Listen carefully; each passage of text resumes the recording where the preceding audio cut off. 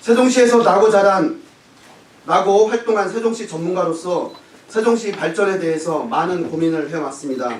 저는 세종시 금남면에서 태어났고 대학 생활을 제외한 거의 대부분의 시간을 세종시에서 지냈습니다. 연기군 농촌 시절부터 노무현 대통령의 행정수도 결정 과정, 그리고 위원 결정, 이명박 대통령의 행정수도 수정안 제시와 투쟁 과정, 행정중심 복합도시 건설을 통해 현재 이르기까지 세종시의 성장 과정을 누구보다도 가장 잘 알고 있다고 생각합니다. 저는 세종시 건설 과정에서 많은 일을 해왔습니다. 2017년부터 국회 세종의사당 추진을 위해 행정수도 완성 세종시민대책위원회를 구성해서 대변인과 공동대표로 5년 동안 활동을 해왔고, 그 결과 마침내 국회 세종의사당 설치라는 성과를 내는 데 기여를 하였습니다. 2020년에는 세종법원 검찰청 추진위원회를 직접 설립해서 상임대표로 이끌어왔고, 법원 설치를 희망하는 시민들 약 2만 3천 명의 서명을 받았으며 결국 세종지방법원과 행정법원 설치 법안이 상정되는데 많은 노력을 해왔습니다. 2014년부터 세종참여자치시민연대 운영위원과 고문변호사로서 세종시 현안에 대해서 많이 고민해왔고, 2015년 세종시 노무현공원 추진위원회 추진위원장으로서 여러분이 알다시피 호수공원에 있는 노무현공원 만드는 데 많은 노력을 해왔습니다. 2016년부터는 세종시 지속가능협의회 회장으로서 활동해왔고, 2016년부터 세종시 사회복지 공동모금회 운영위원 배분위원장으로 활동하는 등 세종시를 위해 많은 일을 해왔다고 자부합니다. 또한 2017년부터 세종시에 마을변호사 제도가 있는데요. 금남면, 장군면, 북악면에 마을 변호사로 활동을 지금까지 해왔습니다. 마을 변호사는 마을에 법적인 문제가 있으면 무료로 상담을 해주는 그런 제도입니다. 그런 과정 속에서 제가 세종시 발전을 위해 할 수 있는 일이 무엇인지 고민하게 되었습니다. 그 결과 저는 세종시가 진정한 행정수도로 지속 가능하게 발전하려면 헌법 개정이 필요하다는 결론에 이르게 되었습니다. 그래서 저는 오늘 여러분들께, 그리고 세종 시민 여러분들께 헌법 개정이라는 화두를 던지려고 합니다. 진정한 행정수도의 근거를 마련하기 위해 개헌의 최선봉에 서겠습니다. 노무현 대통령이 구상한 국가균형 발전의 상징 행정수도를 건설하기 위해서는 결국에는 헌법을 개정해야 합니다. 우리는 2004년 헌법재판소의 위헌 결정을 똑똑히 기억하고 있습니다. 당시 헌법재판소는 대한민국 헌법에 수도 규정은 없음에도 불구하고 대한민국의 수도가 서울이라는 것은 불문헌법사항이다. 따라서 수도 이전은 헌법 개정사항이므로 국민투표를 거쳐야 한다는 논리로 신행정수도법에 대해서 위헌 결정을 한 바 있습니다. 이로 인해서 행정수도 건설은 대폭 지연되었고, 그 위상도 행정수도가 아닌 행정중심 복합도시로 전락하게 되었습니다. 그 과정에서 우리는 얼마나 많은 혼란을 겪었습니까? 여러분들도 많이 기억을 하실 겁니다. 이 같은 위헌 결정은 현행 대한민국 헌법에서 수도 규정을 두고 있지 않기 때문입니다. 헌법에 수도 규정이 없다면 앞으로 세종시의 운명은 정권에 따라 바뀔 수밖에 없는 처지입니다. 헌법에 수도 규정을 명문화해서 수도 논란의 여지를 없애겠습니다. 헌법 제3조에 수도 규정을 신설하겠습니다. 신설될 규정의 내용은 대한민국의 행정수도는 세종특별자치시이다. 대한민국의 행정각부, 국회, 대법원 등은 세종특별자치시에 둔다. 기타 사항은 법률로 정한다. 입니다. 이와 같은 수도 규정을 신설하게 되면 지금 과천에 남아있는 행정부처 5개 부처 모두를 세종시에 이전할 수 있는 근거가 생기게 됩니다. 또한 국회 본원 이전도 가능하게 됩니다. 현재 추진 중인 국회 세종의사당은 상임위원회 중에서 12개 부속기관에 불과하여 국회 운영의 효율성에 많은 문제점이 지적됩니다. 하지만 위 수도 규정에 따라 나머지 상임위원회, 본회의장, 국회의장실도 모두 이전하여 효율성 논란을 일거에 해결할 수 있게 됩니다. 또한 대법원, 대검찰청 이전도 가능하게 됩니다. 현재 국회에 계류 중인 세종지방법원과 세종행정법원을 넘어서서 대법원까지 신설할 수 있습니다. 대법원의 세종시 이전은 반드시 추진되어야 합니다. 1977년 박정희 대통령의 수도 이전 계획에도 청와대, 국회를 비롯해서 대법원도 이전하기로 계획되었습니다. 또한 외국 사례를 보더라도 미국, 호주, 인도네시아 등 대부분의 나라에서 행정수도에 대법원을 두고 있습니다. 따라서 이러한 전례를 보면 우리나라도 이번 개헌을 통해서 대법원을 세종시에 이전해야 합니다. 또한 그렇게 된다면 관련 기관, 헌법재판소, 그리고 대검찰청도 세종시에 이전할 수 있게 될 겁니다. 따라서 제가 이 부분도 추진하겠습니다.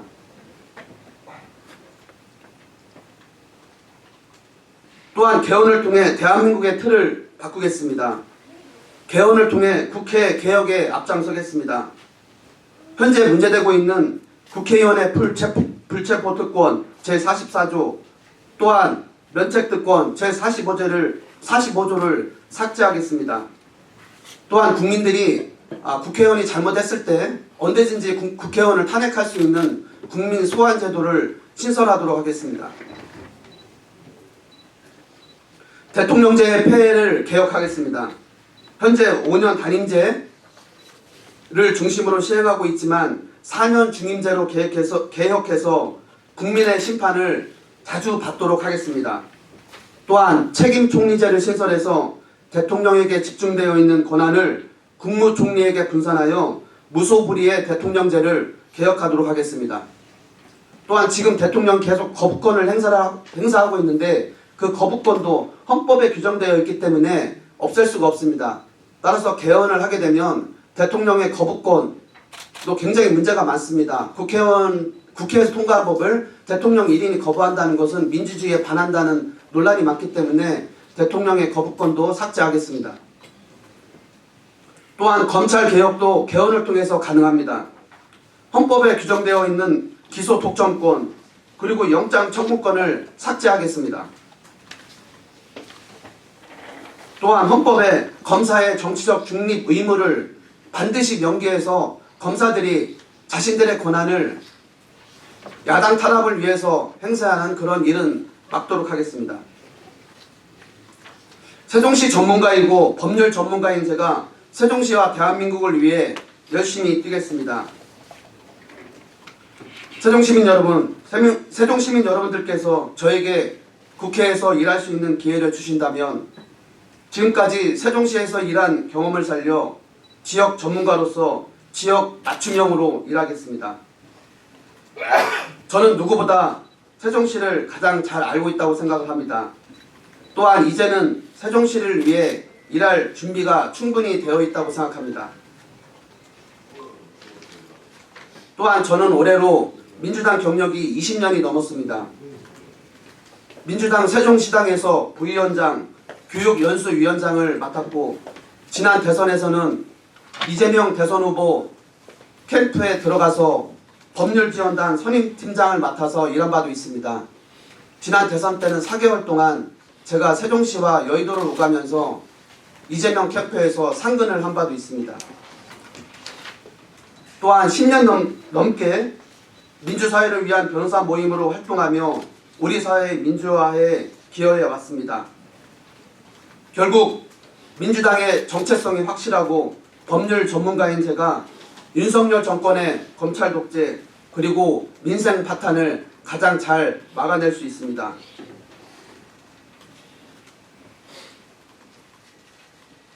존경하는 세종시민 여러분, 세종시와 대한민국을 위해 최선을 다하겠습니다.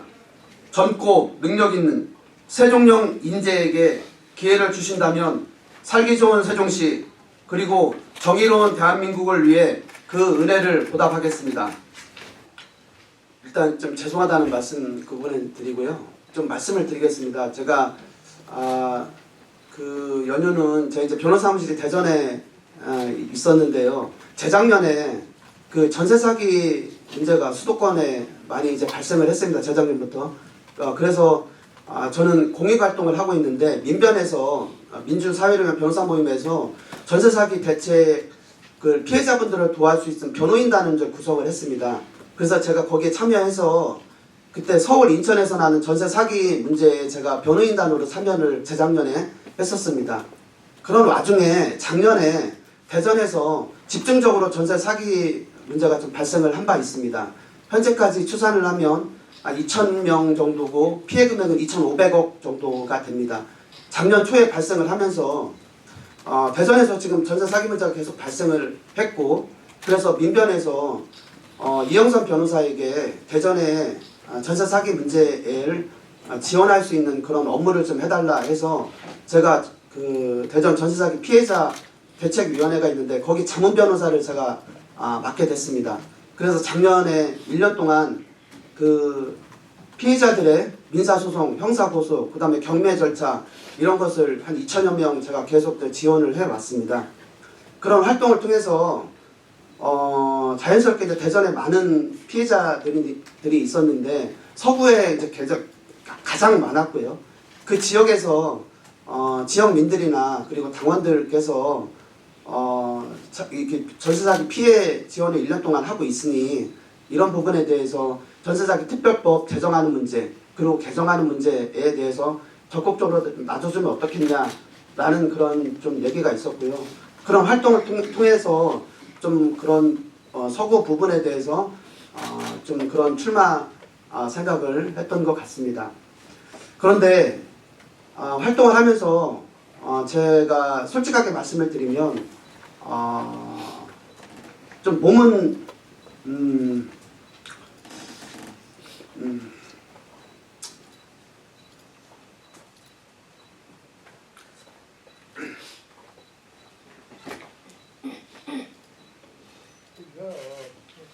그 몸은 그 대전에 있는데 마음이 자꾸 좀 고향의 생각이 많이 났습니다.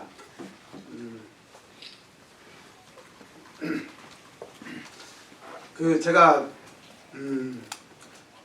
제 집안이 저희 증조부부터 할아버지, 아버지 그리고 제 아들까지 모두 세종시 대평리에서 태어나고 자랐는데 그런 부분이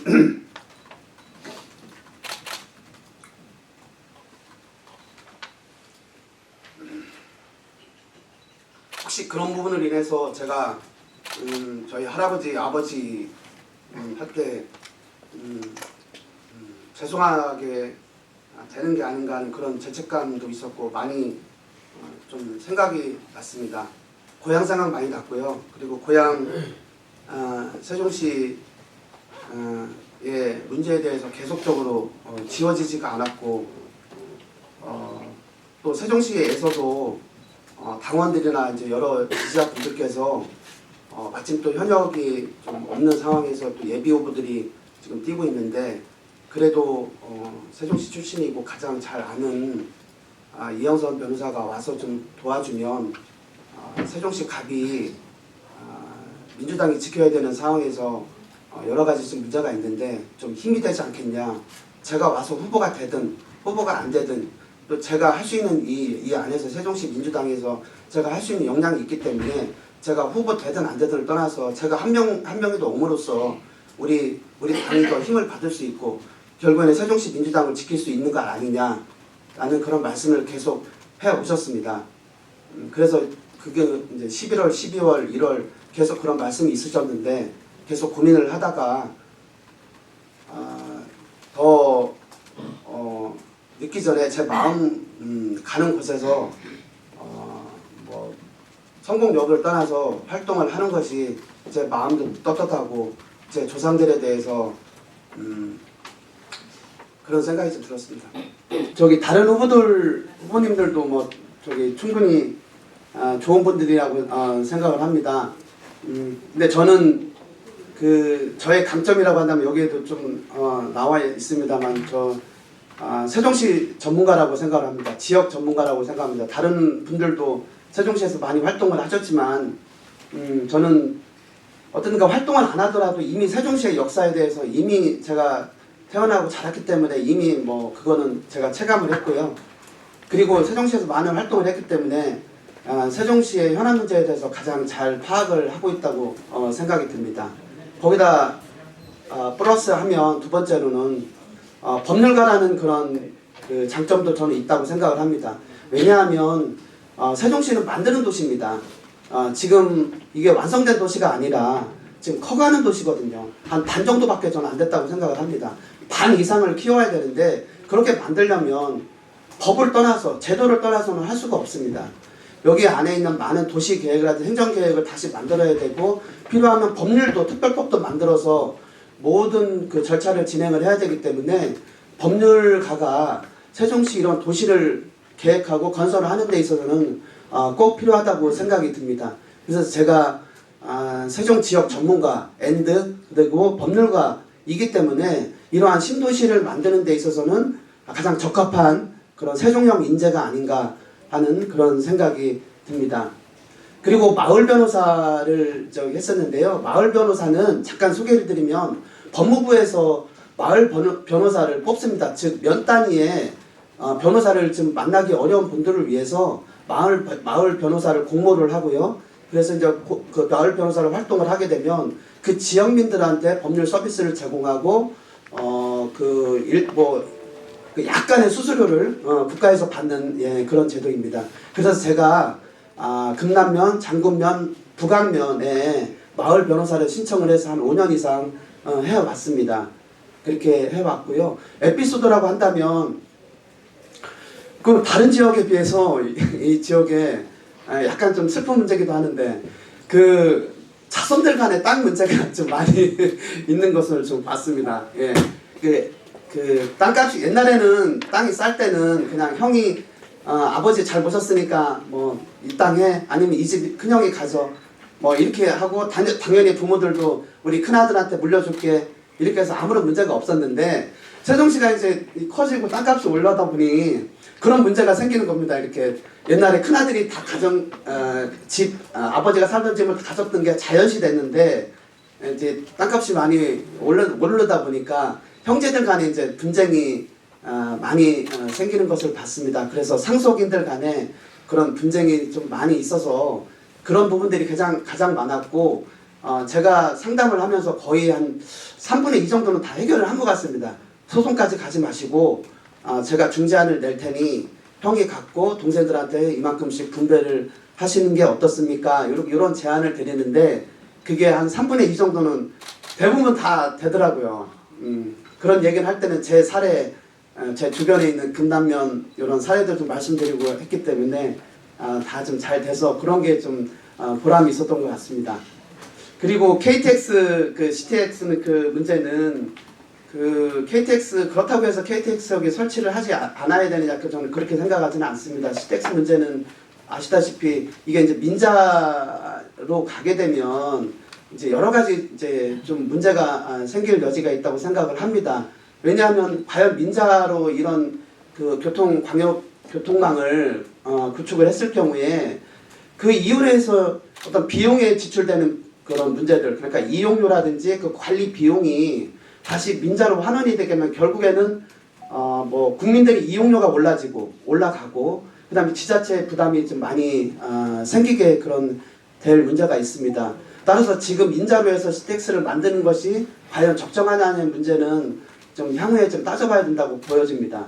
따라서 국가가 좀 전향적으로 세종시는 앞으로 2배 이상 인구가 이제 앞으로 이제 70만까지 이제 되지 않습니까? 그럼 2배 이상 이제 커지는데 그런 경우에 국가가 그러한 기본적인 그 SOC는 국가 비용으로 해야 되고 민간 자본으로 인해서 그런 철도망을 만드는 것은 조금 앞으로는 좀 자제를 해야 되고 더더욱이 세종시는 국가적인 도시이기 때문에 그러한 SOC의 문제는 국가에서 좀 더 전향적으로 국가 자본을 투입해야 된다고 생각이 듭니다.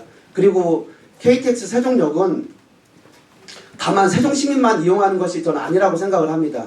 생기게 되면은 유성, 그다음에 서구, 멀리는 대전 전반에 있는 분들이 KTX역을 금남면 그 성덕리 앞에 거기다 만들게 되면 대전 시민들도 많이 충분히 이용을 할 수가 있습니다. 왜냐하면 대전시의 1호선이 대평역까지 이제 연결이 돼서 이쪽 이제 그 행정부처와 연결이 되게 되면 대전시에 있는 모든 거의 대부분의 분들은 지하철 1호선을 타고 여기 대평역까지 오셔서 KTX역을 이용할 수 있게 됩니다.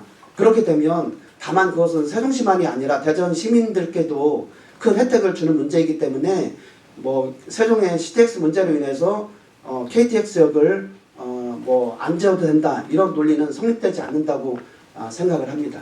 현안은 제가 여기서 10년 넘게 활동을 하면서 머릿속에 많이 정리되어 있습니다. 구체적인 것은 다음 뭐 정책 기조에 자세히 말씀드리겠습니다만 지금 말씀드리면 저는 첫 번째는 제가 해오던 일을 쭉 지금까지 세종시에 해오던 일을 좀 마무리를 짓고 싶은 생각입니다. 크게 두 가지였는데요. 국회 세종의사당 만드는 일을 많이 좀 해왔습니다. 그런데 이제 그 세종의사당 문제는 지금 이제 일단락, 물론 좀 범위는 축소됐습니다만 일단락 되었고요. 두 번째는 이제 법원 2020년부터 법원 설치 문제가 있는데요. 저는 첫 번째로 이 문제를 좀 완성을 시키려고 하고 있습니다.